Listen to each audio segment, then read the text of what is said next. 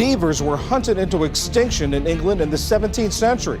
This past week, for the first time, beavers were legally released. In a corner of eastern Washington, a desperate patch of dead land, stripped of trees, gutted by fire, and long written off by experts. Now, they're the first breeding population of beavers in the English countryside in hundreds of years, and now they're being given the chance to go forth and multiply. Became the stage for one of the most unlikely turnarounds in American conservation. The solution? Not bulldozers, not chemicals, not human hands. Instead, an animal long trapped to the brink of extinction, once dismissed as a pest, was given a second chance. What followed wasn't just recovery, it was a chain reaction of change that even the scientists didn't fully predict. And at the heart of it all, a forgotten behavior that reshaped water, land, and life in a way no spreadsheet ever could. What exactly did they do? And how far did the ripple reach? Let's rewind the tape on a restoration that no one saw coming. When the land gave out. Before beavers were reintroduced, eastern Washington's waterways were already under intense pressure from human activity. For decades, widespread deforestation, livestock overgrazing, and agricultural development stripped riparian zones of vegetation and disrupted the natural flow of rivers and streams. In these altered landscapes, stream channels were straightened and simplified, floodplains became disconnected, and natural water storage areas like wetlands all but disappeared. Without these ecological buffers, water quality and biodiversity sharply declined, and the landscape lost much of its ability to support native wildlife or regulate environmental stress. The situation grew even worse when wildfires entered the equation. In August 19, 2015, the Twisp River fire scorched over 11,000 acres in the Methow River Basin, a region already impacted by decades of land misuse. The fire destroyed much of the remaining vegetation and wildlife habitat, further destabilizing an already vulnerable ecosystem. The soil lost its natural anchors, leading to increased erosion and runoff, while streams were left exposed to temperature fluctuations due to a lack of shade. This compounded ecological damage showed how quickly degraded environments could collapse under added pressure, especially when fire follows decades of human-induced stress. The word double degradation came to characterize the process whereby ecosystems were chronically weakened by human interference and then traumatized by an occasional catastrophic event, such as wildfire. This double degradation created a wasteland in the Twisp River watershed that had little chance of natural recovery. It was the very lack of biological infrastructure that prevented these ecosystems from recovering. No trees, sparse vegetative cover, degraded soils, and dwindling aquatic life. With such poor prospects for natural recovery, biologists began to think of more aggressive and unorthodox methods of repair. In this scenario, there entered the unlikeliest of heroes, the North American beaver. Renowned for their construction prowess, beavers are the only animals that can profoundly alter a landscape and reintroduce complexity to impaired ecosystems. But could these creatures actually fix land that had been so thoroughly ravaged by fire and man? That very inquiry nourished a daring experiment, putting beavers out onto the charred and seemingly lifeless landscape to see if their ecological engineering would lead to revitalization. And, as will be shown later, the results far exceeded even the most far-fetched expectations.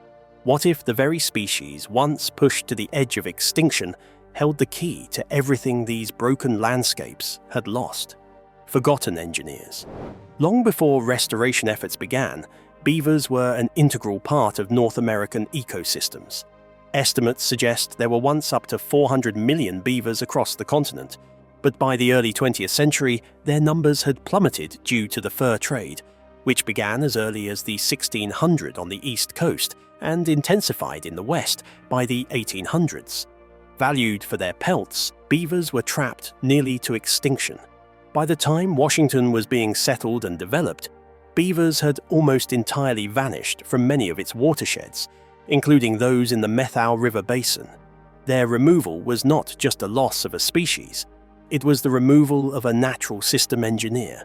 The ecological consequences of losing beavers were profound, but unfolded gradually, which likely made them easier to ignore. Without beavers constantly maintaining dams and ponds, wetlands across the region dried up.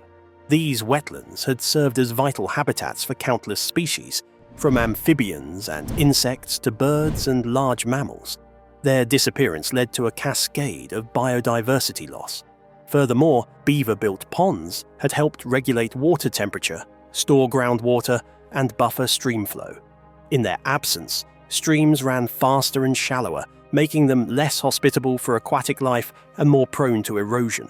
Beavers were not just builders, they were keystone species that altered their environments for the benefit of entire ecosystems. Their dams would hold sediment in suspension, slow down runoff, widen riparian zones, and sustain a myriad of interdependent plant and animal life. With time, the deprivation of beavers meant that many of those services were just either lost or were being artificialized through costly and frequently less effective infrastructure made by man. The once normal, straight, simple channels with seasonal dry-up and few floodplain features had turned out to be a modified and degraded contrast of what these waterways had been for eons with beavers present. This extinction points to what some scientists have referred to as ecological amnesia, a changing baseline whereby populations forget what a healthy ecosystem was. The beaver's role faded gradually from public awareness and policy. Only in the last few decades, as restoration projects began confronting persistent ecological failures, have land managers and ecologists begun to reconsider the role of the beaver in these systems. Their reacceptance as crucial ecosystem engineers is currently reshaping conservation thinking in Washington and elsewhere, where it all began. In the wake of the 2015 Twisp River fire, large sections of the Methow River basin were left scorched and lifeless. With limited natural vegetation remaining and severely altered hydrology, passive recovery seemed unlikely.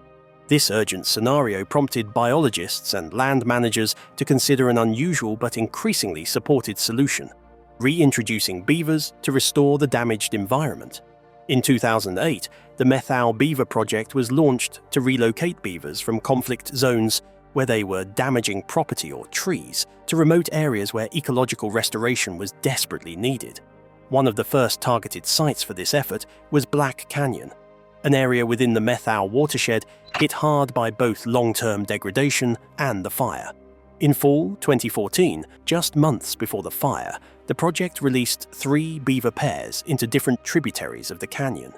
The timing proved fortuitous. When researchers returned the following spring, they discovered that not only had the beavers survived the harsh winter, but they had already constructed their first dams. These early successes reinforced the project's central premise. Beavers, even in low-resource environments, could immediately begin transforming degraded land.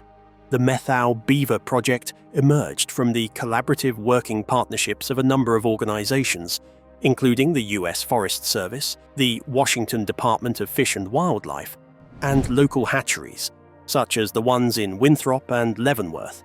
These hatcheries temporarily housed captured beavers together as entire family groups prior to relocation. During the holding period, the beavers received food and flowing water as well as veterinary care. After the relocation, tracking chips were placed with the animals to monitor their movement and study habitat effect and dam building behavior. This multidisciplinary, science-driven approach ensured that the relocations were managed compassionately and with a benefit.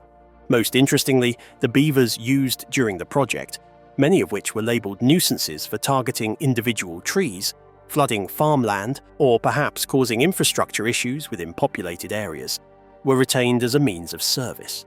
Rather than extermination or being permanently removed from the ecosystem, these problem beavers were given an opportunity and a second life to be useful to the area and landscape.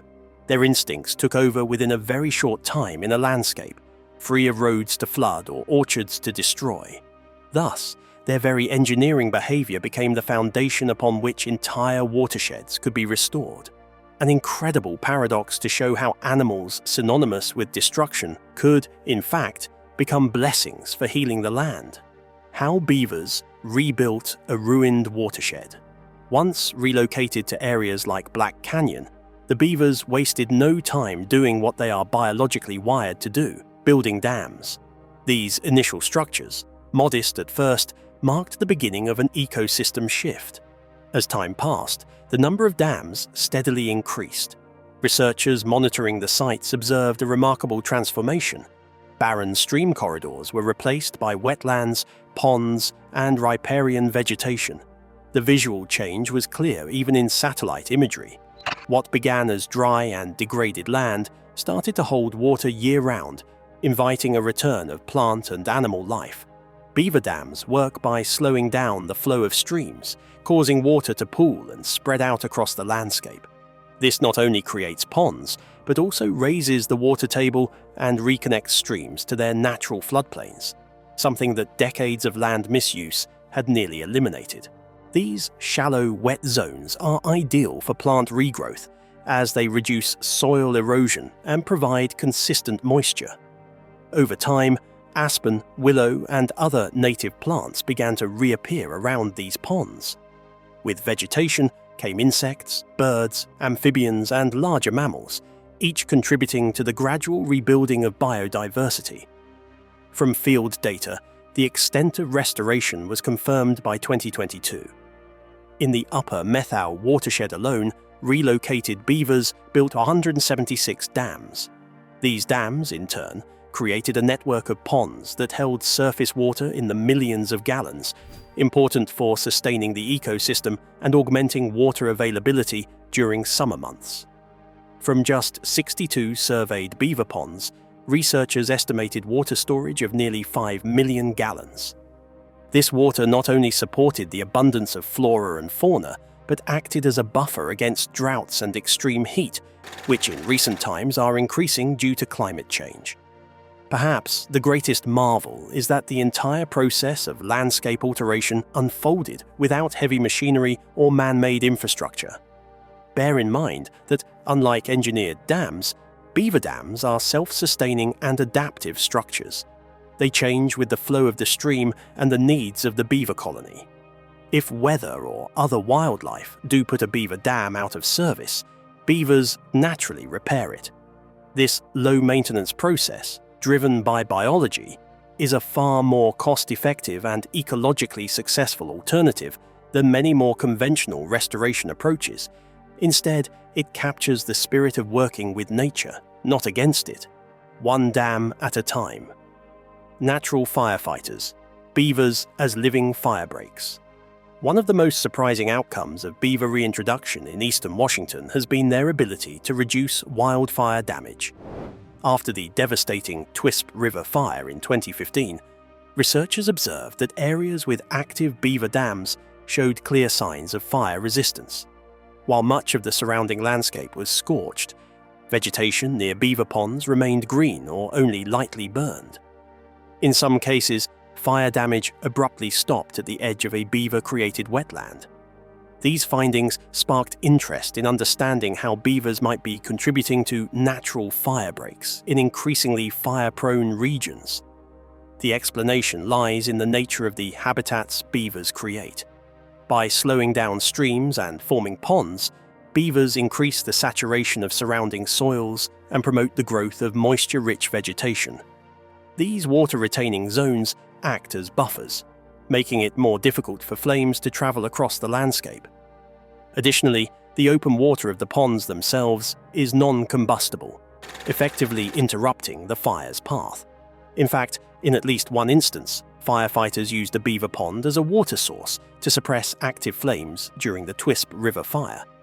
This practical use further demonstrates how beaver-engineered ecosystems can serve as tools in wildfire response. These wetland areas, therefore, help after a fire, rather than just extinguishing it. Once fire sweeps through an area, increased chances of erosion, mudslides, and poor water quality come into play, due to destruction of this vegetation. Beaver ponds help mitigate this by trapping sediments and slowing runoff, which in turn stabilize the burned area and create conditions favorable for regrowth. In fact, When one side of a beaver pond is damaged by fire, the opposite side that was spared often serves as a haven for both plants and wildlife that help expedite ecological recovery. The wetlands essentially became biological fortresses in an otherwise scorched environment. The increasing frequency and intensity of wildfires due to climate change have led to serious consideration of beavers as allies in natural fire management. Although these animals do not replace other forest management or firefighting activities, they present a low-cost and self-sustaining mechanism for counteracting future fire severity risks. Their increasing habitat presence in eastern Washington is already influencing fire resilience strategies, and some scientists now believe that their protection or encouragement as a species may be incorporated into regional climate adaptation planning. Just when you thought their impact couldn't stretch further, another quiet ripple from these ecosystem architects is reshaping life beneath the surface. Beavers and the salmon comeback. Beaver ponds are proving to be unexpectedly vital for the survival and recovery of salmon populations in Washington. Chinook and coho salmon, both of which rely on cool, slow-moving freshwater habitats in their early life stages, have been increasingly found thriving in areas restored by beavers. The ponds created by beaver dams offer shaded, low-velocity water that supports the growth of aquatic vegetation and insect populations, essential food sources for young salmon. These conditions are especially important, as many natural salmon nurseries have been lost to development, pollution, and stream alteration. In several regions of Washington, including the Elwha River Delta and King County tributaries, scientists have observed how beaver activity directly improves salmon habitat. On the Elwha River, where large human-made dams were removed between 2011 and 2014, the return of beavers has added further complexity to the newly reconnected waterways. The slow-moving channels and pools created by beaver dams now support 3 times as many juvenile Chinook salmon as similar nearby areas without beavers. These engineered ponds not only offer food and shelter, but also protect young fish from predators by providing refuge in areas too deep for wading birds and too shallow for larger fish. In other areas, such as the Tulalip watershed and King County, similar efforts have shifted salmon habitat restoration away from an emphasis on structural interventions toward accommodating natural processes, including the reintroduction of beavers. In many of these projects, beavers are actively welcomed. Restoration managers are beginning to design stream layouts based on the assumption that beavers will settle and develop structures in the area.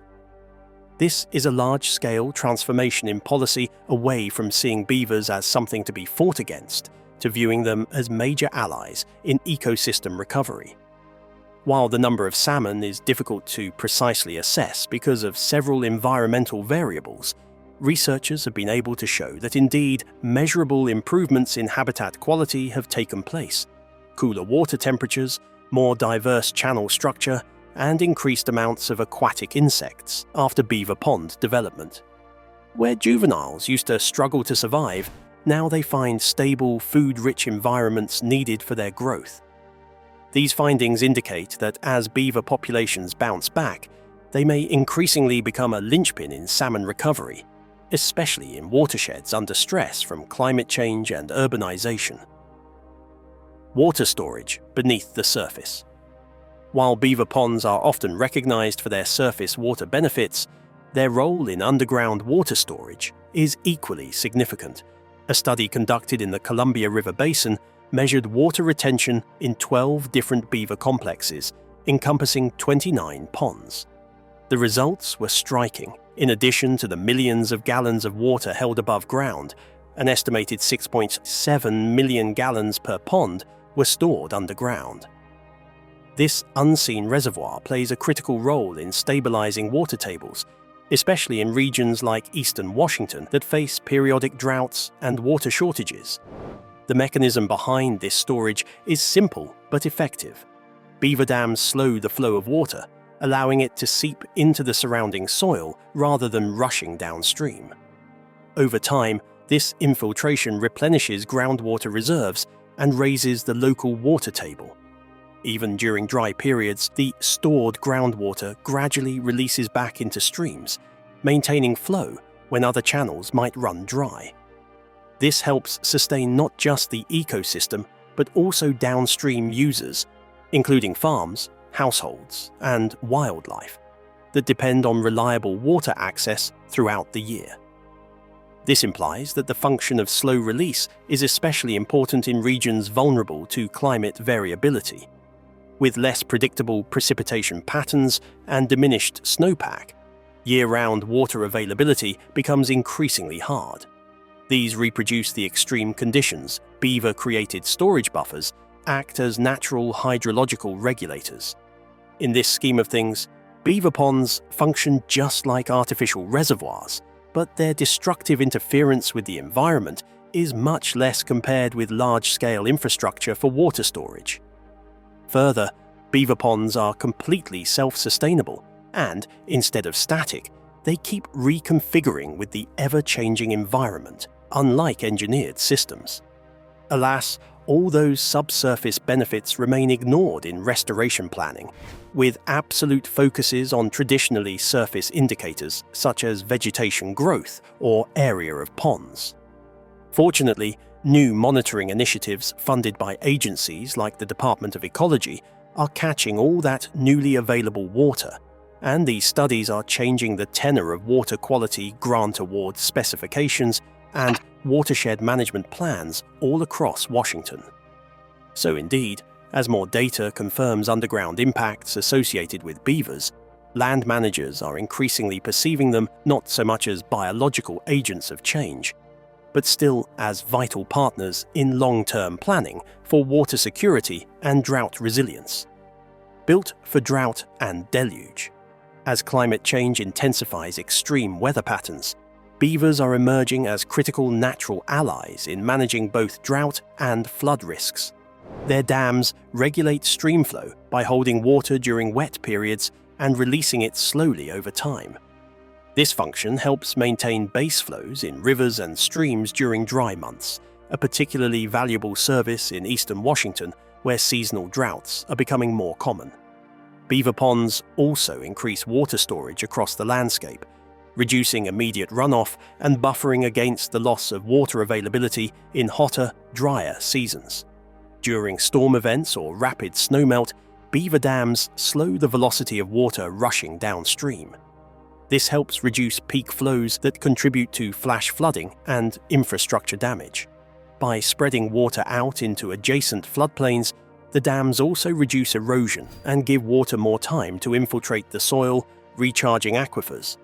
In areas with simplified or incised stream channels due to human activity, this kind of natural water dispersion is rare. Beavers help restore that lost function by physically reshaping streams and reconnecting them to surrounding land. Besides that, beavers keep the sediment control, which is equally one of the keys for improving water quality as well as for the stability of habitats downstream. Whereas behind a dam, as water flows slower, the sediments deposit, rather than carrying downstream, clogging all fish habitats or reservoirs, which then can be lost behind dams.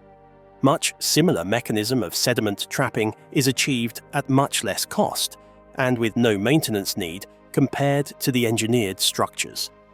In most cases, through altered behavior, beavers help in reaching restoration goals, which were earlier undertaken by mechanical or structural interventions, and that too often much better than such interventions. Ecologists now often rely on beavers to achieve what man-made infrastructures fail to deliver in terms of cost-effective ecosystem services per dollar invested. And more watershed managers across Washington and the Pacific Northwest are now calling for incorporating these very beaver solutions into other general climate resilience strategies. They represent immediate transformations of landscapes, but will self-sustain much longer into the future in those transformed landscapes and can absorb water and ecological shock sustainably. As one ecologist put it, beavers are nature's engineers, and they're better at this than we are. Someone would consider, in times of ever-increasing climate uncertainty, that adaptive, inexpensive, and long-term climate buffers are slowly becoming ever harder to ignore. Teaming up with nature, Washington State is undergoing a major shift in how it approaches ecosystem restoration, one that centers on collaboration with, rather than control of, wildlife. Nowhere is this more evident than in King County, where land managers have adopted a policy framework called Planning for Beavers. This manual helps local agencies and landowners understand how to coexist with beavers and even plan around their presence. Instead of removing beavers from places where they disrupt infrastructure, the goal is now to anticipate their behavior, adjust design standards, and use their natural tendencies to support broader environmental goals. One of the most promising developments in this shift is the use of beaver dam analogues, BDAs, human-constructed structures that mimic real beaver dams and encourage colonization. BDAs are often built using logs, willow branches, and other natural materials to create low, permeable barriers in degraded streams. These structures slow water flow, trap sediment, and initiate the kinds of hydrological changes that real beavers later expand upon. Restoration practitioners in Oregon and Washington have used BDAs as a first step to prepare sites for rewilding, with some locations seeing beavers move in within a year of construction. This reimagining of restoration is co-design, the process in which natural species become part of the design and engineering development of restoration projects, instead of being considered a complication. This means that beaver movement, dam potential, habitat preferences in beavers, and even human priorities like road protection and agricultural productivity all go into the planning. In some areas, infrastructure has even been modified to accommodate beaver activity. For instance, flow devices that can prevent clogging of culverts and keep mature beaver ponds. More adaptive and resilient is the balance ebbed between both evoking ecological function as well as human land use. What really comes through from these efforts is clear: the beaver should never again be a problem needing solution. Rather, it is to be recognized on the partner's side of the equation for restoring the complexity lost from ironically simplified ecosystems. Evolved restoration philosophy in washing does not solely restore lost ones, while it also changes the way we work with nature in the first place. Instead of controlling them, the state has moved toward collaborating with them, and thus is forging the model for other parts of ailing ecosystems and the increasingly difficult climate to follow. This mindset shift is also rippling into education and policy at broader levels. Several Washington school districts, tribal organizations, and local governments are incorporating beaver-based ecology into environmental science curricula and land use planning. Restoration workshops now include training on how to spot potential beaver habitat, assess conflict risks, and install coexistence tools like pond levelers or culvert protectors. In essence, the state is cultivating a new generation of land stewards who see beavers not as obstacles to be removed, but as catalysts to be accommodated. As more agencies witness the cost savings and ecological dividends that come from working with beavers rather than against them, what began as a fringe experiment is quickly becoming a mainstream model. It's not just about restoring streams, it's about restoring our relationship with the wild systems we once tried to control. Turns out, the most surprising chapter in the beaver comeback wasn't written in forests or rivers, but somewhere far less expected. Beavers where you'd least expect them. Beavers are often associated with freshwater forests and upland streams, but recent discoveries are challenging that narrow ecological view. In the Elwha River Delta of Washington, scientists have documented beavers thriving in tidal marshes, an environment once considered unsuitable for these animals. Researchers exploring the estuarine landscape found dams constructed not just along freshwater inlets, but within brackish tidal zones, where daily saltwater influx would seemingly disrupt typical beaver activity. These beavers adapted by selecting locations and timing their construction to accommodate tidal rhythms, raising new questions about their environmental flexibility and potential ecological roles in coastal systems. This finding is more than just an oddity. It suggests that beavers were historically more widespread and ecologically versatile than previously recognized. The presence of beavers in such habitats points to a larger case of ecological amnesia, where centuries of human alteration and species loss have erased knowledge of what ecosystems once included. Many of these coastal or wetland regions had beaver populations prior to intensive trapping in the 1800s, but their absence led to false assumptions about where beavers belong. Now that populations are rebounding in unexpected places, scientists and conservationists are re-evaluating not only beaver behavior but our own baselines for ecosystem health. This tidal marsh beaver is yet another example of how flexible and opportunistic the species can be when confronted with environmental changes, whether such be brought about by rising sea levels, degraded inland habitat, or climate variability. Space will test the willingness of beavers to venture out towards new frontiers as conditions permit. The structures they build in coastal systems may serve quite different ecological purposes from their inland counterparts.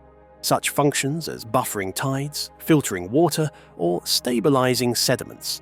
But the fundamental function remains the same: reshaping the landscape to store water and continue promoting biodiversity. The presence in such transition zones even seems to offer positive effects on estuarine restoration, especially where such restoration could occur in areas that might currently be undergoing those processes of development or where levees have been constructed. Ultimately, such occurrences as the appearance of beavers in strange places, such as the Elwha River Delta, weave a wider ecological tale. Step back, allow nature to guide, and an astounding resilience and innovation can emerge. Washington's experience suggests that, in many instances, the restoration of ecosystem health will require a degree of openness to nature's own strategies, rather than confinement of animals to preconceived categories of role or habitat. Beavers, once grazed out of grazing range, have now become environmentally reacquainted with their historical range, not only on the pages of textbooks, but they're adding new entries to what recovery means in a different setting altogether. And the Elwha isn't the only place beavers are rewriting the ecological playbook. In the Skagit Delta and other coastal fringes of western Washington, new sightings are trickling in, mudflats dotted with gnawed saplings, channels redirected by tooth and tail, and small dams curving through reeds where saltwater laps twice a day. Some of these areas are on the edge of urban development, where the line between wild and constructed blurs. What are beavers doing here? Are they adapting or reclaiming a lost foothold that was once taken for granted? The answer may not be clear yet, but one thing is, these animals are exploring limits we never thought they'd touch. As these edge cases become harder to ignore, they're also nudging restoration science into uncomfortable but necessary questions. If beavers can thrive in zones we wrote off as too saline, too urban, or too altered, what else have we misjudged about nature's potential? Are we underestimating resilience by boxing species into narrow ecological niches? Beavers in tidal systems aren't a glitch in the model. They're a signal that the model needs an update. For conservation to evolve, it may not be enough to simply restore what once was. We may need to make space for what's becoming. Thanks for watching. If this story changed the way you see nature, or just surprised you, hit that like button, drop a comment with your thoughts, and subscribe for more real-world transformations you won't believe actually happened. Don't miss what's coming next. Click on the video on your screen now to see how nature is fighting back in even more unexpected ways.